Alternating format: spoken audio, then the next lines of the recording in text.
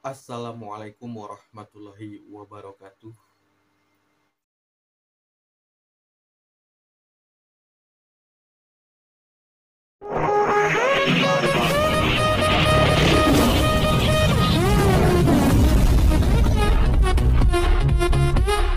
Salam rahayu semuanya, dimanapun kalian berada.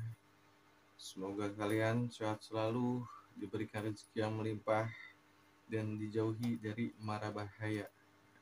Dan tentunya untuk kalian yang sedang sakit, semoga cepat diangkat penyakitnya. Amin ya Allah ya Rabbal Alamin. Dan untuk kalian yang baru gabung di channel YouTube Intan Junior, semoga kalian mendapat wawasan yang baru ya dari video-video yang saya tayangkan, yang saya sajikan untuk kalian, menjadi suatu hal yang bermanfaat dalam kehidupan kalian. Kali ini saya akan sedikit uh, menjelaskan tentang perbedaan antara khodam pendamping dengan khodam leluhur. Nah, ini banyak yang salah mengartikan ya. Jadi di sini saya akan menjelaskan apa sih perbedaannya ya dengan versi saya. Bisa dipahami. Di sini saya akan menjelaskan apa perbedaan khodam pendamping dan khodam leluhur. Dan saya akan memberikan wawasan ini dengan versi saya. Kalaupun nantinya perbedaan pendapat atau versi ya, itu jangan jadi suatu benturan, tapi jadikan suatu wawasan yang baru ya. Karena saya dan kalian belum tentu sama perjalanannya dan belum tentu sama gurunya, tapi kita punya satu tujuan. Apa sih tujuannya itu? Nah, itu balik lagi ke diri kalian masing-masing. Nah, langsung saja pada intinya. Bismillahirrahmanirrahim. Khodam pendamping. Apa sih khodam pendamping? Nah, khodam pendamping itu khodam yang selalu mendampingi kalian dimanapun kalian berada ya.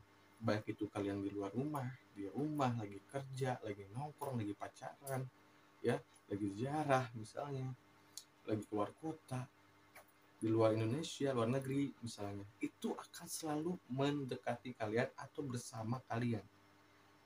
Nah, apakah misalnya orang yang memiliki khodam pendamping ketika ke kamar mandi buang air besar, misalnya buang air kecil atau mandi, itu khodam itu akan ikut? Tentu saja tidak. Itu bagi yang khodamnya muslim. Kenapa? Karena ketika khodam yang muslim mendampingi kalian, itu ketika kalian masuk ke kamar mandi, khodam itu akan menunggu di luar, akan menunggu di luar. Beda lagi dengan khodam yang belum muslim ya, itu bisa saja ikut karena mereka tidak tahu yang namanya dosa. Nah, itu singkatnya. Terus apa khodam leluhur? Nah, khodam leluhur itu di mana leluhur kalian memiliki suatu khodam yang diturunkan untuk cucu-cucunya ya, yang diturunkan untuk cucu-cucunya. Nah, di sini berarti semua cucunya dari keturunan eyang atau leluhur kalian itu bisa terpilih. Tapi ya, dengan catatan tidak semua cucu itu bisa terpilih ya. Kenapa? Karena khodam ini akan mencari wadah atau keturunannya itu yang tepat. Dia tidak bisa asal. Walaupun kalian memaksa, ibaratnya ya Allah, saya pengen punya khodam dari leluhur anu misalnya, pengen, karena saya pengen menolong orang, walaupun berdoanya bagus atau niatnya baik. Tapi bila Allah tidak meridhoi dan khodamnya tidak mau dengan kalian karena beda energi, ya mohon maaf, tidak akan menyatu dengan kalian atau memilih kalian gitu. Ada lagi gini, orang yang biasa saja ya, dengan orang yang ingin memiliki khodam dari leluhurnya, tapi orang ini biasa saja nggak mau ya, tapi khodam ini bisa saja memilih orang ini yang tidak mau atau yang biasa saja. Kenapa? Karena ketika orang biasa ini sama energinya dengan khodam, nah itu bisa nyambung gitu. Walaupun nantinya perjalanan hidupnya biasa saja, sama hal gaib biasa saja, ibaratnya dingin gitu kan, biasa saja gitu. Tapi udah memilih, nah suatu perjalanan nanti ke depannya itu bisa tertarik karena dorongan dari suatu perjalanan gitu. Karena ketika orang yang dipilih oleh khodam leluhur itu mempunyai tugas, wallahu alam bisawab, kan setiap Orang itu mempunyai tugas masing-masing yang berbeda. Jangan dipukul sama ratakan. Gitu ya. Nah, terus apa perbedaan yang sangat mudah dicerna oleh pikiran antara khodam pendamping dan khodam leluhur? Yang pertama, khodam pendamping itu belum tentu dari leluhur. Ya, saya lagi, khodam pendamping ini belum tentu dari leluhur. Bisa saja khodam pendamping ini diisi atau dari barang pusaka. Ya, contohnya begini, ketika kalian diisi oleh orang lain, nah itu bisa mendampingi kalian. Dan lagi, ketika kalian memiliki barang pusaka, baik itu dari leluhur kalian atau kalian memaharkan, nah itu bisa mendampingi kalian. Tapi ini bukan leluhur kalian, gitu ya. Nah, ketika khodam leluhur, nah, ini bisa menjadi pendamping kalian, gitu ya. Jadi antaranya gini, simpelnya, pendamping nggak bisa jadi leluhur, tapi leluhur bisa jadi pendamping. Terus bagusan mana kan? Semua bagus, tergantung manusianya yang menjalankan, gitu loh. Tapi kalau menurut saya pribadi, versi saya itu lebih bagus yang khodam leluhur, gitu. Karena mereka itu tahu kapasitas yang akan mereka dampingi, gitu loh. Targetnya ibaratnya seperti itu. Tapi ketika kalian diisi atau memaharkan, dan yang ngisinya itu atau orang spiritualnya itu asal mengisi, ya itu berefek, berdampak ke tubuh kalian, gitu. Yang tadinya misalnya kalian nggak suka sakit, jadi gampang sakit. Yang tadinya kalian tidak gampang marah, jadi gampang marah. Nah, itu kan efek buruk. Jadi nggak ada suatu manfaat, yang ada mudarat, ya. Tapi ketika udah leluhur, itu tidak akan menyakiti kalian, bahkan malah dia rela ibaratnya mati demi kalian. Kasar katanya seperti itu. Nah, ini singkatnya saja, ya. Bisa dipahami, ketika leluhur mempunyai khodam, nah itu bisa turun ke diri kalian, tapi kalian tidak bisa memaksa, gitu. Tergantung khodamnya sesuai tidak sama diri kalian. Mudah ya, simple, tapi banyak yang salah mengartikan, gitu ya. Ini tentang khodam ini banyak sekali apa ya sebenarnya perbincangan, atau lebih condong itu bagi orang yang memiliki khodam itu katanya musyrik. Musyrik, wah, luar biasa banget. Musyriknya menurut mereka itu ya, yang memvonis bagi orang yang memiliki khodam itu musyrik, ya, yang memvonis itu ibaratnya mainnya kurang jauh. Walaupun diri kalian tua, tapi belum tentu pengalaman kita sama. Umur boleh beda, tapi pengalaman boleh diadu dong. Bukan begitu, maksud saya gini. Jadi suatu perkara itu jangan langsung memvonis kafir, musyrik, haram, ya seperti itu, ya. Kalau kita tidak tahu, dan balik lagi ke diri kita, kalau kita bisa menilai orang itu musyrik, haram, ya kan, kafir, ada apa di diri kita? Karena sejatinya iblis itu makhluk yang paling merasa dirinya tinggi dan benar. Nah, kenapa saya bilang begitu? Karena sudah banyak orang yang mengaku dirinya luar biasa, bisa ngaji, bisa baca kitab ahli hadis, tapi di dalam dirinya ada sifat saya yang paling benar. Nah, itu hati-hati. Kalau kalian tukang rukiah, suka merukiah orang, tapi coba rukiah hati, pikiran, lisan, kuping, mata kalian, rukiah sendiri. Agar kenapa? Agar kalian bisa lebih bijak lagi dalam mencerna, ya, suatu masalah. Walaupun kalian berdalil Nabi Muhammad itu tidak memiliki khodam, ibaratnya seperti itu dalil kalian, terus kalian mau vonis kita ini haram, kita ini musyrik, kita ini kafir, jangan dulu seperti itu. Karena kalian mau patokan Nabi Muhammad SAW itu tidak memakai khodam, tapi kalian memvonis seperti itu. Jangan dulu seperti itu, Bung. Jangan dulu seperti itu.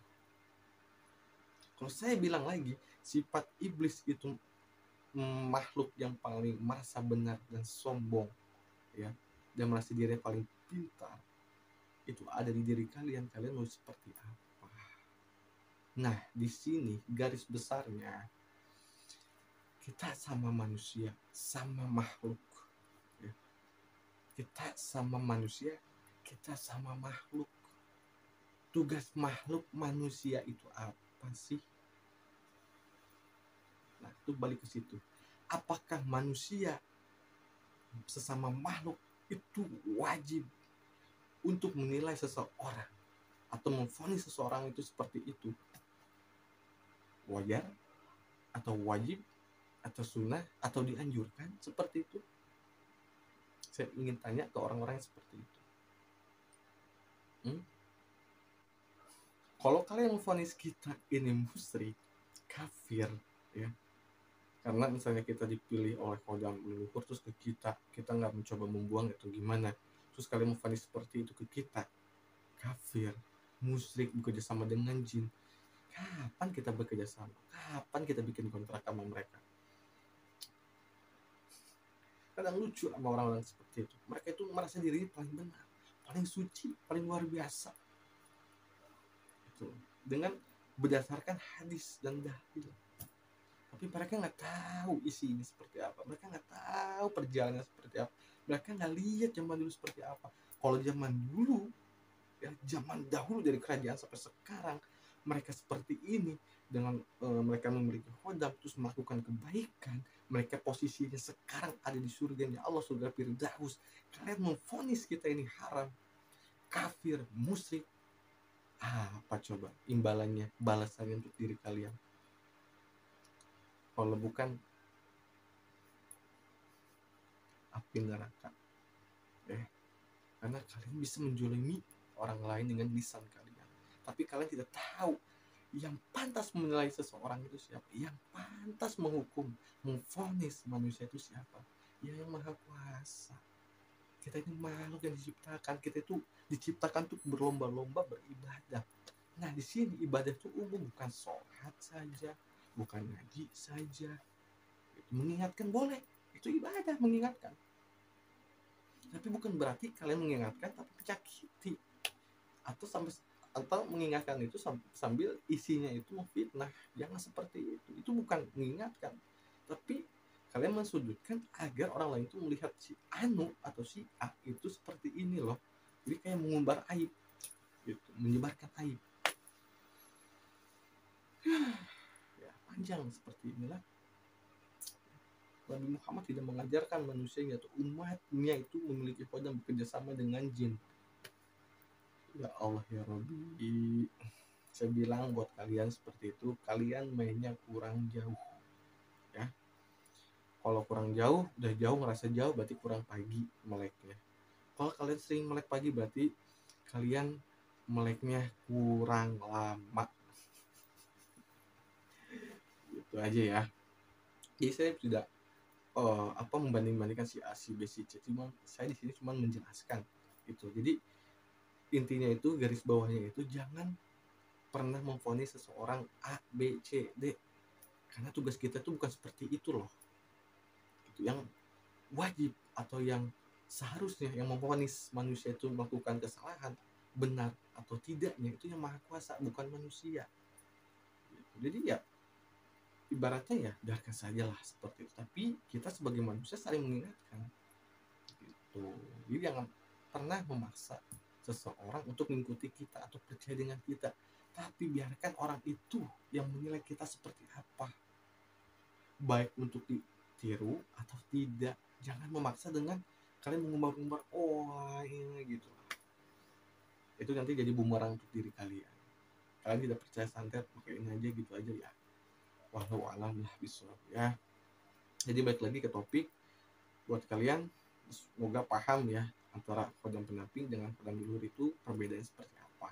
Nah, sini saya mohon maaf bila ada ucapan saya menyinggung kalian atau saya seperti apa tadi omongan. Cuman saya di sini cuma menjelaskan jangan sampai kita ini berbenturan gitu loh. Kita syiar atau berbicara tentang ibadah menolong sesama. Jangan sampai kalian tuh bercemburu sosial. Ibaratnya gini, si A pasiennya banyak, si B pasiennya banyak, dan kalian ini jarang ada pasien. Jangan saling menjatuhkan gitu loh. Oh si ini mah musri karena begini, si ini mah kurang begini, si ini mah nggak paten ilmunya, misalnya. Jangan seperti itu ya, itu nggak baik. Saya mengingatkan seperti itu ya, walaupun saya masih ibaratnya di bawah kalian umurnya, ilmunya saya di bawah kalian, ya tetap dimana saya melihat sedikit benturan yang senior saya ibaratnya yang di YouTube sering buka pengobatan, sering banyak pasiennya sampai masuk ke televisi ya kan, acaranya, terus kalian tapi di belakang benturan. Nah, di sini saya yang orang awam yang biasa saja, saya cuma bisa mengingatkan kepada senior atau sesepuh ya, atau ahli agama, tokoh agama, jangan begitu. Kita ini balik lagi diciptakan untuk apa?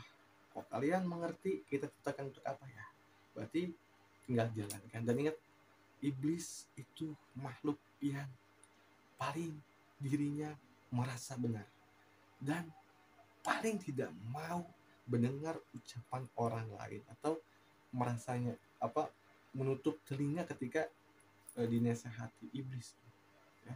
Jadi yang sampai seperti itu luar biasa ya, ngecapak luar biasa banget ya. Kemana ngelereng gitu lah, bodo amat lah.